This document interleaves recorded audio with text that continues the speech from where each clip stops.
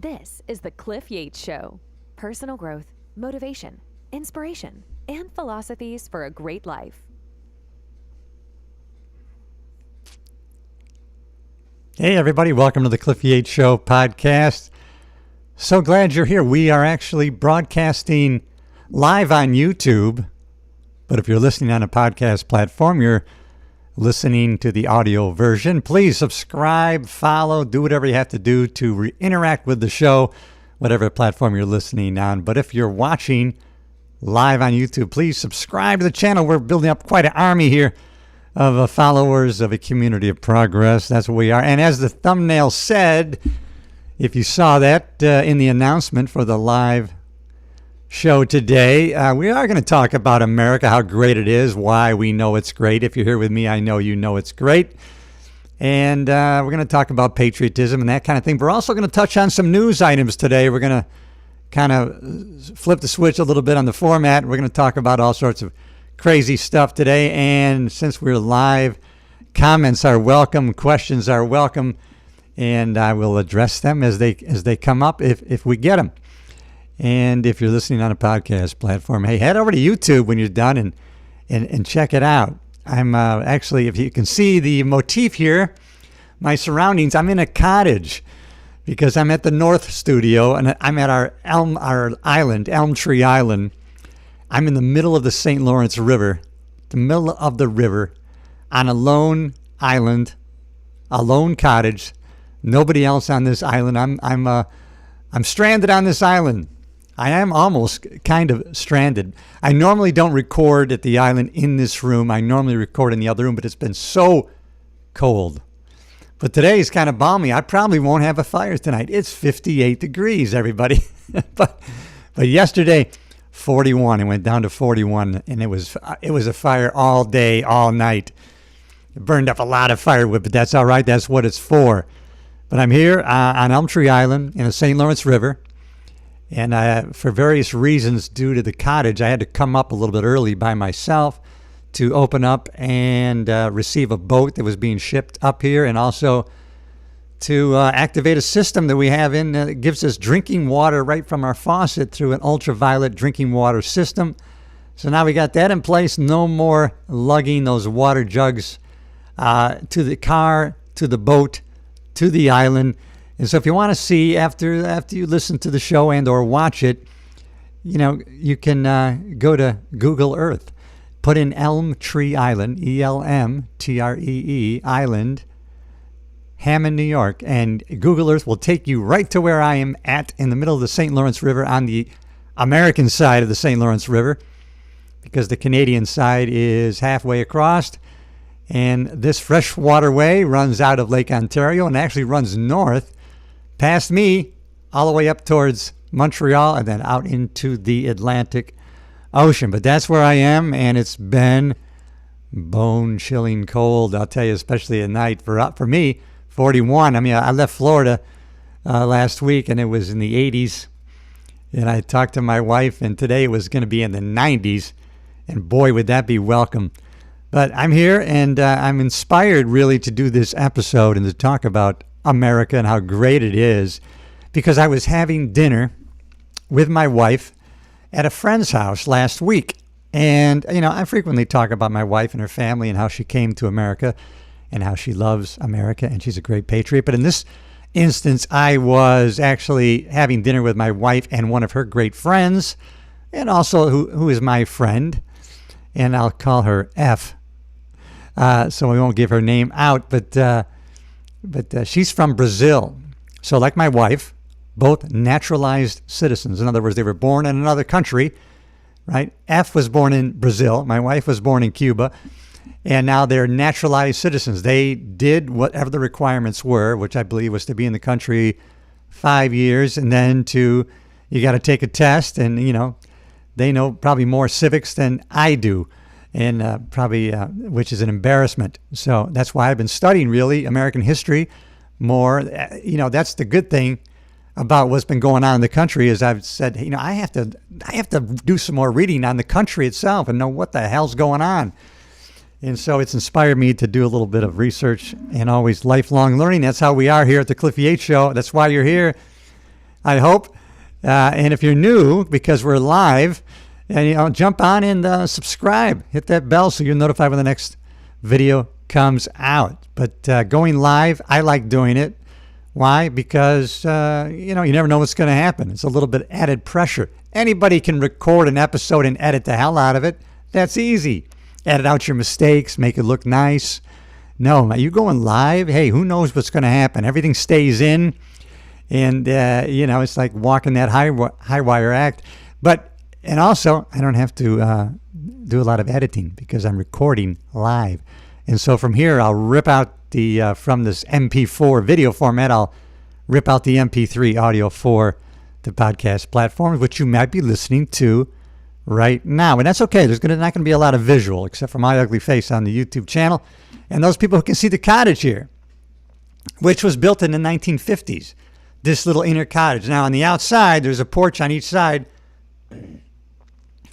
where we expanded. And there's 3 bedrooms and there's 2 baths. Like I'm on a plane. Here's the exit rows here. So there's a bathroom on each side of that fireplace behind me. So this was the main cottage that my grandmother had built for duck hunting, 1950s, 53, 54, right? 3 years before I was born. So let's get back to my dinner with my wife and F. We're sitting there talking to dinner. So both naturalized citizens. And the first thing they had to say was, we love America. I mean, they just love America so much. And F has been working in the service industry, restaurants and whatnot. And she just was commenting how a lot of the youth, and we don't say all, a lot of the youth that she's been working with are just very, very lazy, don't want to work hard. They don't even want to work more than 2-3 days a week. They're living in mom and dad's basement, and probably not in Florida. I don't think we have any basements really. But she was just commenting what the difference is. But, Brazil, and my wife just went to Brazil in February, I think it was. And Brazil, people are very successful there. They have businesses. They flourish. But if they want to stay alive, it's smarter to be in your house locked away after 6 p.m. at night. And F's son, who still lives in Brazil, just got a couple of weeks ago pistol whipped, and all his money and jewelry was taken off of him. And so it can be very, very dangerous depending on where you are in Brazil. And she said that's why she appreciates America so much, even though, depending where you are, you can have some challenges safety-wise in this country, and we really need to turn around the law and order. That's one reason why I like Mr. Trump, because he believes in law and order, and so do I. Not because we want a police state, but because we want to be able to exercise our freedoms. We want to be able to walk the street at night at 10 o'clock at night and not have to worry about it. So that was an interesting dinner that I had, just hearing their stories about Brazil. And then I love hearing my stories that my wife talks about from Cuba. And like I said, both love America, and they commenting on, if you're born here, there's a tendency for some of us, and I know it was true for me in a lot of ways years ago, to take our country, the great country, for granted, just because we grew up here and we just think this is the way it is. Especially back in the 1970s, 60s, when I grew up, dating myself a little bit. Yes, I'm over 50. But and her dad, my wife's dad, that's what, it was about, so that would have been 2005-ish, so over 20 some years ago, that listening to my father-in-law and the stories he would tell, and just the fact that every day he wore an American flag somewhere on his body. Usually it was the belt, shirt, or pin, or American hat. I swear to God, he kissed the ground every day because of America. If he saw Ronald Reagan on television, he would get a tear in his eye. And so I thought to myself, when I first met him, I thought, wow, I should be this patriotic. I was born here. This is, I was born in this country. So I should be that thankful. But he was so thankful to be in America, and rest in peace now. But he really exhibited what, a patriotic attitude is for most or many of, especially Cubans who came to America for a better life. They love the island, they love the country, but communism, no good, no go. So America, freedom.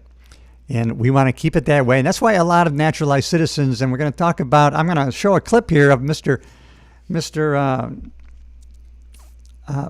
Oh my God, who am I trying to think of? God, I lost, oh my goodness, I got to get my glasses on because I have, Marco Rubio. I don't know, I was thinking of another name, Marco Rubio. Another natural, well, he was born here in America. His parents are from Cuba. And Senator Cuban, who was Cuban. I keep thinking of Mark Cuban. No, see, that's why when you're live, see what happens? You leave all the mistakes in. Marco Rubio. And boy, he's doing a great job. He has really stepped up. And I'm going to show a clip, hopefully, if it turns out all right. We have no producers here today. I'm the producer. So we'll see what happens. But my wife and F, just, loving American. It's just good to be around people. If you can get around people who are naturalized citizens, in other words, they were born somewhere else, and they have that different perspective of how countries are that aren't America and how great it is here and why we need to, protect it and really relish it, specifically if we're born here like I was, and maybe you were too. And so we have to appreciate what we have in this great country, and now we should be informed and engaged. I come across a lot of people who are uninformed and they're unengaged, and it's kind of strange. It's a little bit disconcerting, specifically when I know I have friends, just because of the way we talk and monitoring their social media. I know they're on the opposite ends of my wife and I, our political leanings, far right, and so, but yet when we're together talking, it's just, we're very friendly to each other, even them to us. But we know they just hate Trump and they have TDS. Many of them have TDS, not all of them. Many of them have. And you can't really have a conversation. It's too bad because they do not want to hear it. It's just a mind made up. And it's just too bad because I know my wife and I are open to having any kind of discussion you want about the issues, the stuff that we really are for, which how can you be against some of the things that are going on? No tax on tips, right? No tax on overtime. Listen, no wars. Let's have peace. Close the border.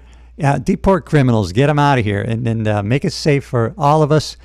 And allowing people to self-deport and so that they can still have a green light to coming back into the country legally, which is a great thing. It saves us money and it gives them the open door to come back the right way. It's an opportunity, and that's what America is. I always say it's not the American dream, it's the American opportunity. But I just saw, and I think this was yesterday, Marco Rubio, and I mean, you got to listen to this. Let's hope the clip comes out all right. And I'm going to mute the sound effects until I know that I'm not into a commercial. Just check this out. That's not muted, huh? Now we're muted. Okay.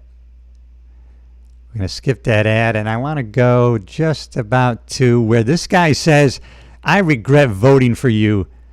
And you know what? I mean, the response that Rubio gives is just unbelievable. All right, here it is. That marked the beginning of the end of that shameful era. He asked Senator McCarthy, have you no sense of decency? All right, it's coming up. And Here I comes would the part. ask you the same, Secretary Rubio. You have shown through your words and your actions what the answer is. And I have to tell you directly and personally that I regret voting for you for Secretary of State. I yield back. May I respond? You may sit. Well, first of all, your regret for voting for me confirms I'm doing a good job based on what I know. Well, that's just your a record and flippant what you statement, stand Mr. for. Secretary. And Oh, I love that. It just confirms that I'm doing a great job. The fact that you're mad that you voted for me, that just confirms I'm doing the right things. Then just watch how this is the guy that went and had, he went to had the margarita with the crook that we deported. But look at this guy who does not want to let Marco Rubio respond to what he said. And he keeps interrupting very rudely. Just listen to this. respond, Mr. Chairman? You may. I didn't ask Senator, questions. please let the Secretary have I'd be the floor. happy to, but then I can respond to his Your time's up, Senator, and willfully used, I might add. Well- Your remarks do not represent the view of this committee. Well, Mr. Chairman- Secretary, please. Well, I'd like to. I can't respond to everything he said because much of these are untrue, but I'll go through a few. First of all, I'm actually very proud of the work we've done with USAID. For example, I don't regret cutting $10 million for male circumcisions in Mozambique. I don't know how that makes us stronger and more prosperous as a nation. I raised don't Sudan, regret Mr. psychosocial support services. I raised with USAID. Sudan, Mr. Secretary. Can I not respond, Mr. Mozambique. Chairman, or do I? Senator, I'd ask you to suspend. You had 7 straight minutes of I chose to railing use my time that way, Mr. Chairman. That's my right to Please use suspend, my time that way. Senator. $10 million to study male circumcisions in Mozambique. $10 million. Can you imagine how far $10 million would go just to help the veterans in this country? If you really want to help the homeless, how about that? $10 million right there to study Come on. Secretary Rubio. Well, I can go on. I mean, there's other things here. We spent $227,000 for Big Cat's YouTube channel from USAID. We spent $14 million for social cohesion in Mali, whatever the hell that means. So I can go on and on. I got the list here, and there's more. I didn't even bring the whole list. In the case of El Salvador, absolutely. Absolutely. We deported gang members, including the one you had a margarita with. And that guy is a human trafficker, and that guy is a gangbanger, and the evidence is going to be clear. In the days to come, Mr. you're going to Chairman, see who you went to look, defend. I'm sorry, please, Mr. Chairman. Secretary No. Rubio has the floor. Mr. Chairman, he can't make unsubstantiated comments Senator, like that. Secretary Rubio has the floor. You've had Secretary your time. Rubio should take that testimony to the federal court of the Senator, United States because well, he hasn't done it under oath. Here's another point, okay?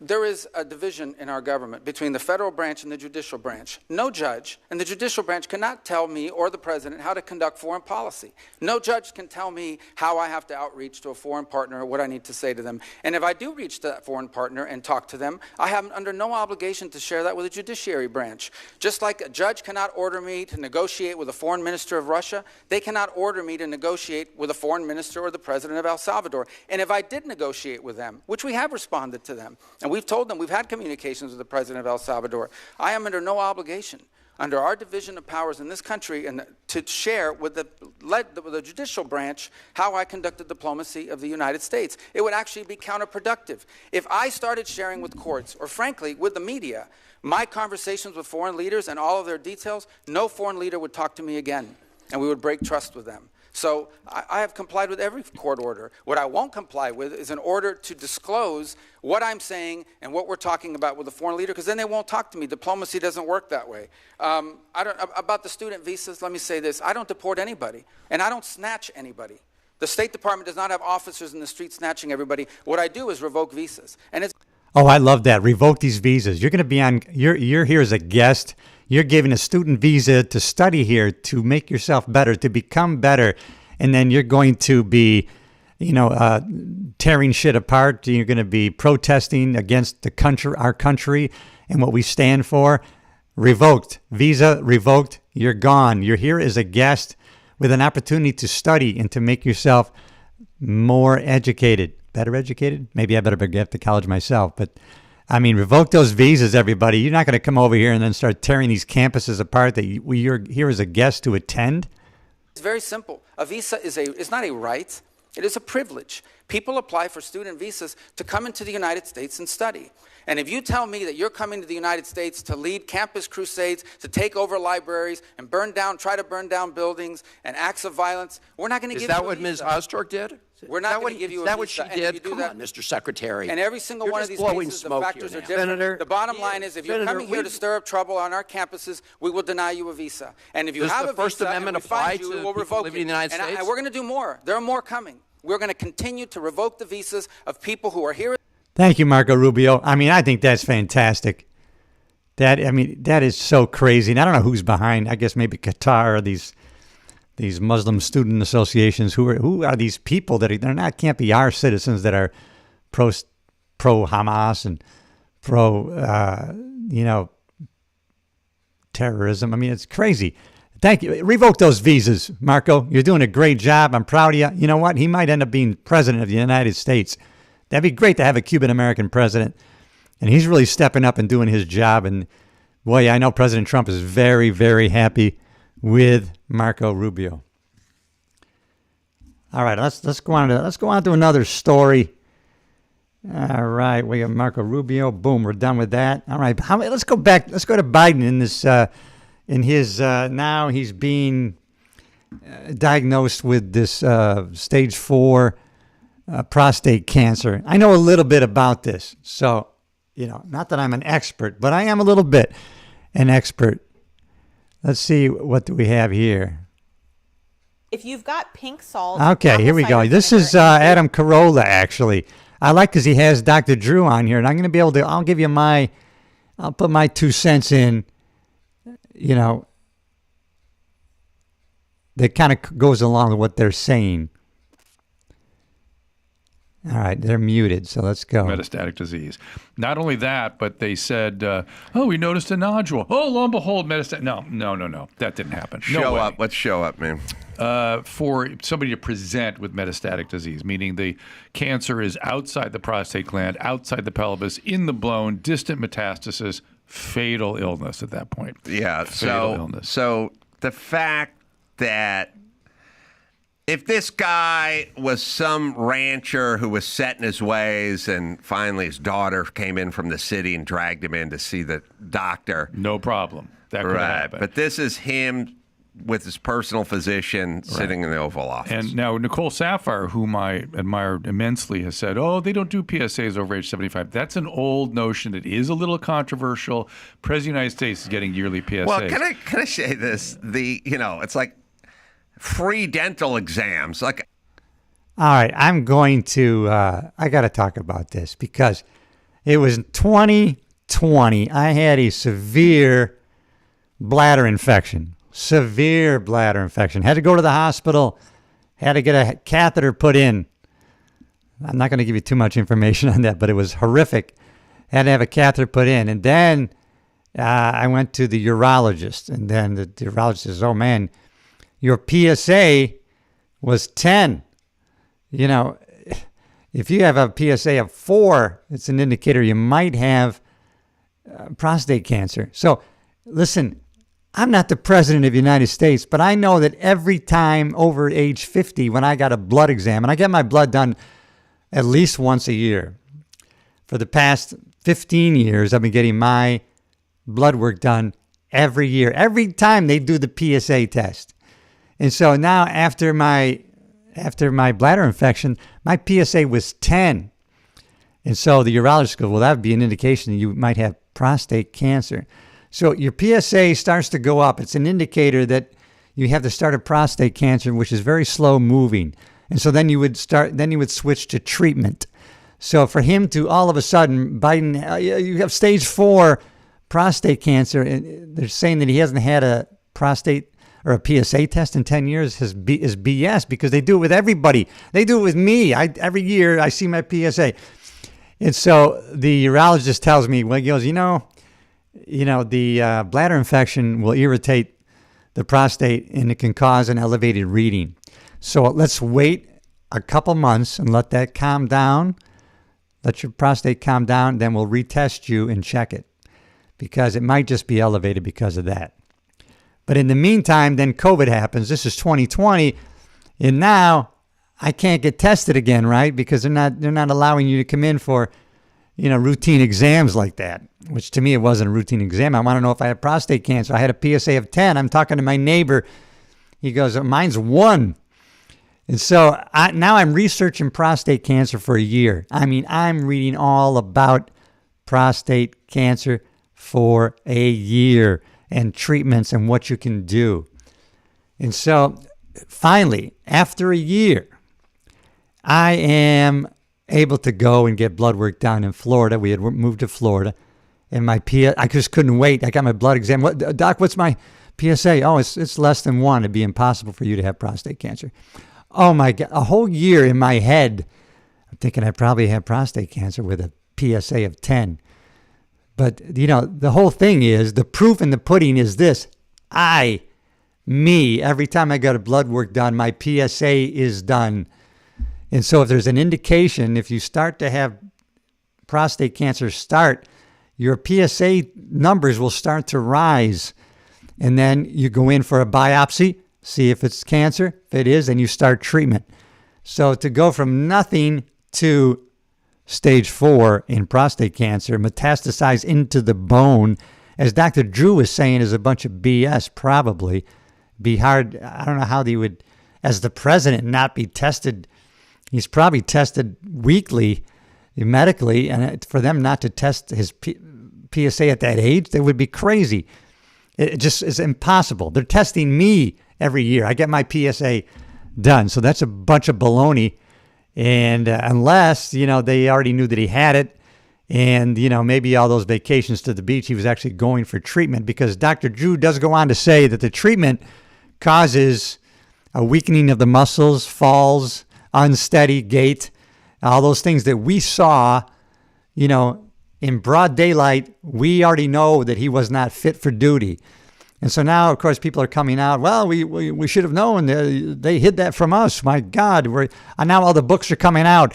We were lied to. It was right in front of your face. You can tell if somebody's got an uneven gait, they're weak, right? They're unsteady on their feet. They lose track of their words.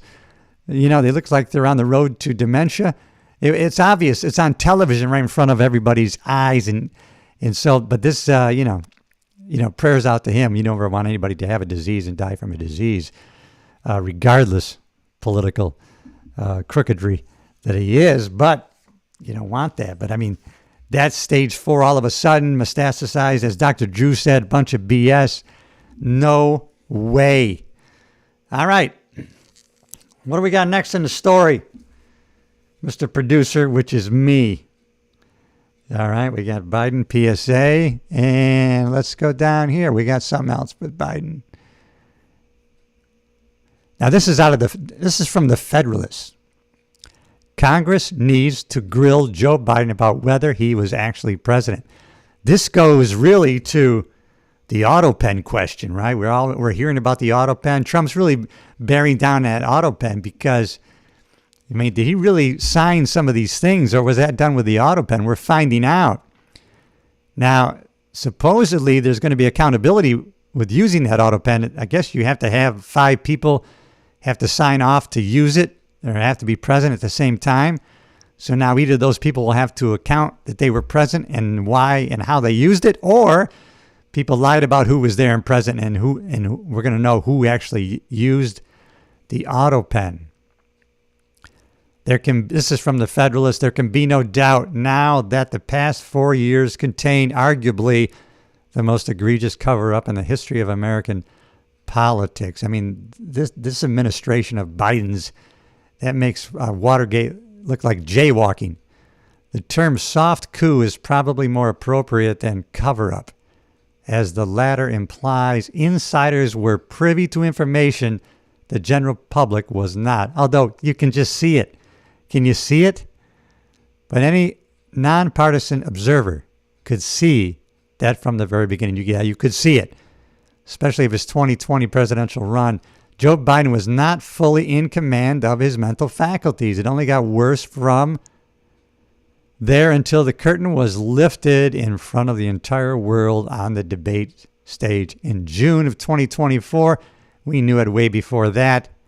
Yet, even though we could clearly see the president mentally collapsing, those inside the administration and the dutifully planned propaganda press tried to convince us that this man, who wandered off aimlessly in the middle of photo ops with world leaders, meandering into the Amazon and inquired if a deceased congresswoman was present at a conference, was in reality a whirlwind who was energetic and on top of things.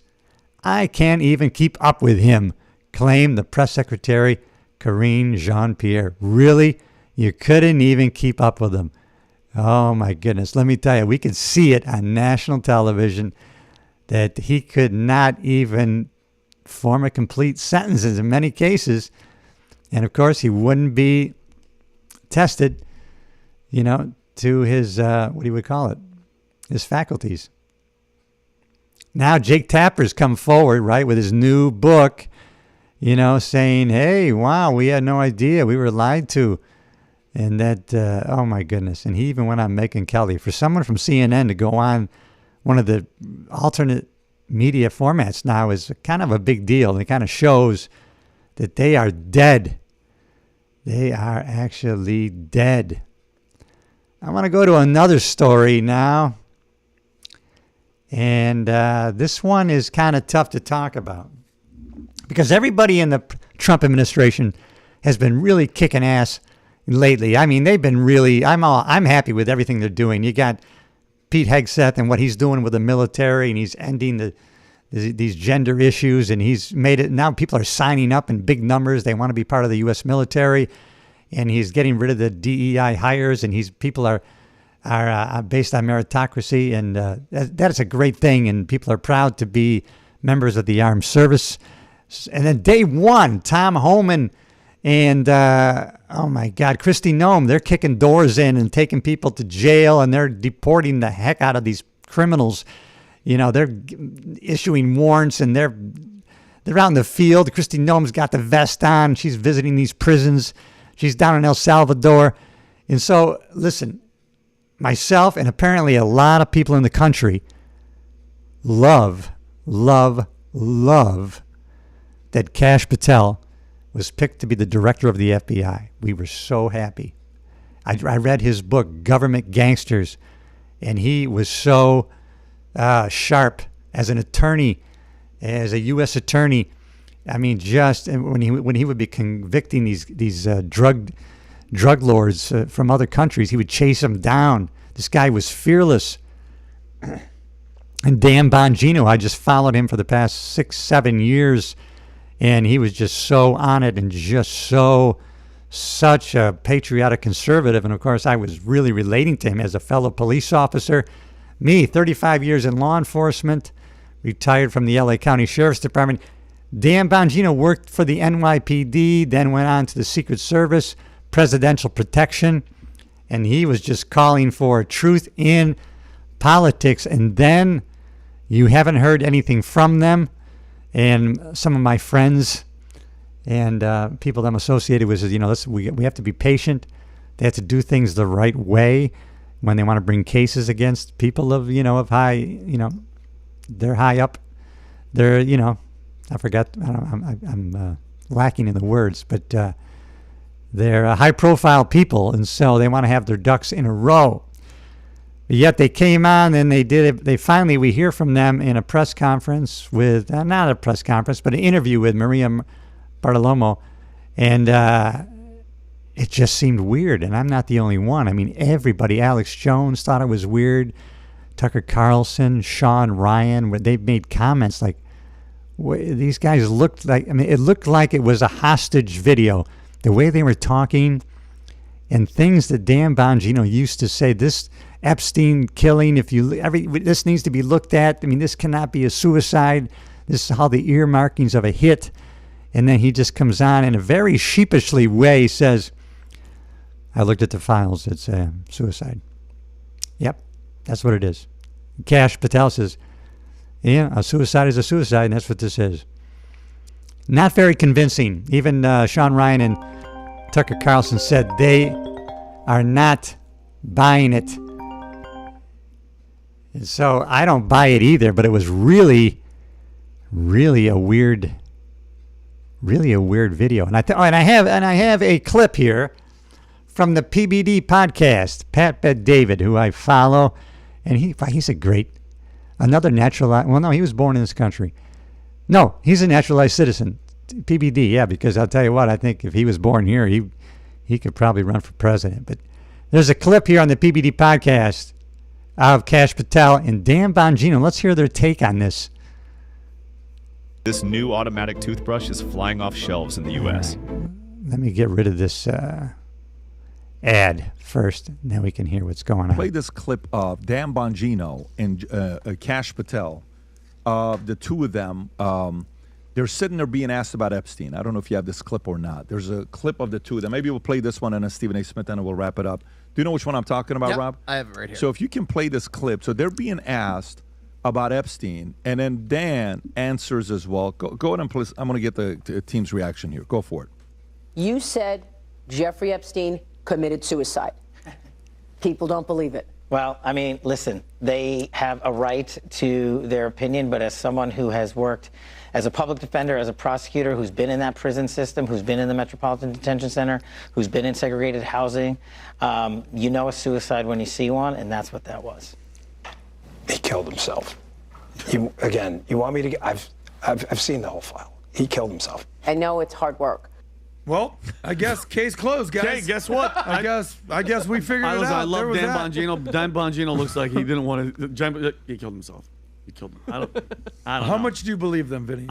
Adam, Cash they Patel, work for the intelligence Dan community. Bongino, high credibility in your how eyes, about this? right? Anything that What has to do with the percentage do you believe Epstein, him? I don't even know what the hell to believe from anybody anymore. And to be honest with you, killed himself, whatever. I don't, at this point. 86 himself. Exactly, thank you. I don't care. You know. I'm with you there, Vinny. I don't know what to believe anymore. I think everything's a lie. Even Sean Ryan was saying that the other day. Everything is a lie. Oh, man. Let's see. I had something. Oh, this was more on the auto pen. Here are 9 questions about the Biden White House that must be answered after a cancer diagnosis. This is also from the Federalist. And I think we talked about the auto pen. And I think we have to find out. And Trump is on that. He's going. I want to also talk about something that happened yesterday with one of my fellow, as some of you may know. If you're new to the channel, please subscribe to the YouTube channel. I'm a retired sergeant from the LA Sheriff's Department, and yesterday we had a tragedy. We had a deputy sheriff who was killed after working a double shift at the NCCF correctional facility, part of our LA County jail system. He had worked a double shift, and he's in a crash on the way home. So I might have the video here. Let's see if we got it. From Fox 11 in Los Angeles. If not, it's just a tragedy because he had worked a double shift at NCCF, and going home, 21 years old, hired in 2024, and your first assignment with LA County is in the jail, which is a good thing. But there are about 14, I think there are 14,000 positions down in that. That can't be right, but I think it is right. And then the tragedy is that he was killed after working a double shift. And then the day or two before, we had another NCCF deputy. He committed suicide. And under Sheriff Luna's watch, which I think is just 2 years, 13 deputies have killed themselves in suicide, and it's just tragic. I did an episode recently with one of my fellow retiree sergeants who is really actively trying to fight first responder suicides, and specifically, the stuff that's going on with our own department because people are forced to work overtime numerous times during the week. You have no choice. If you don't sign up for a certain amount of overtime, you're not allowed to go home when they need extra people, and that's just crazy. So, and that was a tragedy. The video is not playing, so we won't talk about that anymore. But just the video does show his dad there and a group of deputies, and it's just tragic when you lose one of your own and you're right there. It's and especially when you know them personally. I had numerous. I don't want to say numerous, but too many deputy sheriffs I worked with were either killed in the line of duty or one of my friends committed suicide, so it just hits too close to home. But one of the greatest departments in the United States of America, the LA Sheriff's Department, under turmoil right now. Numerous news articles that the department is under scrutiny for just chaos. So we're going to be keeping an eye on that. And other than that, this has been the episode. A little different format today. We talked about patriotism, my wife and her friend, and naturalized citizens, and Marco Rubio and the great job he's doing it. Trump's doing a great job. Everybody's in place. Things are looking great for the country. It's listen, we need to look forward with optimism. It's good to be informed and engaged, as I like to say to one of my buddies. We want to be engaged and informed, but we're not obsessed to the point where we get dragged down in the negativity of politics. But we want to be aware of what's going on, well-informed, engaged in what's going on. We don't want to be asleep at the wheel. We see what can happen after COVID. We could end up locked in your basement, Government won't let you out unless you're going out to get alcohol, locking the doors of the churches. And so we can't trust the government. We're at the point where we don't even trust the government at all anymore because it's all been a lie. And so what we have to do is, one of my friends also, not one of my friends, well, I'll call him my friend, Brad Stein, God's Comic, says, hey, you know, these deceitful son of a guns in Washington are dirty, crooked, and yes, we have to love them and try to bring them to the Lord because that's what we've been commanded to do, everybody. And so, listen, having a positive attitude going forward with optimism is not going to guarantee you success, but negativity and is going to guarantee that you won't be successful. So you're going to have a chance with a positive mental attitude and going forward with optimism. And that's what we're all about here on the channel. Please, if you haven't already, subscribe to the channel. Be part of the family, everybody. Hey, that's the end of this episode. I hope you enjoyed it. And hey, leave me a comment. We didn't have anybody live, but leave a comment, like it, and leave me a question. I will answer all comments and questions because at this point, there's few enough that I can still do it. All right, everybody, you know I love you. I'll see you on the next episode, everybody.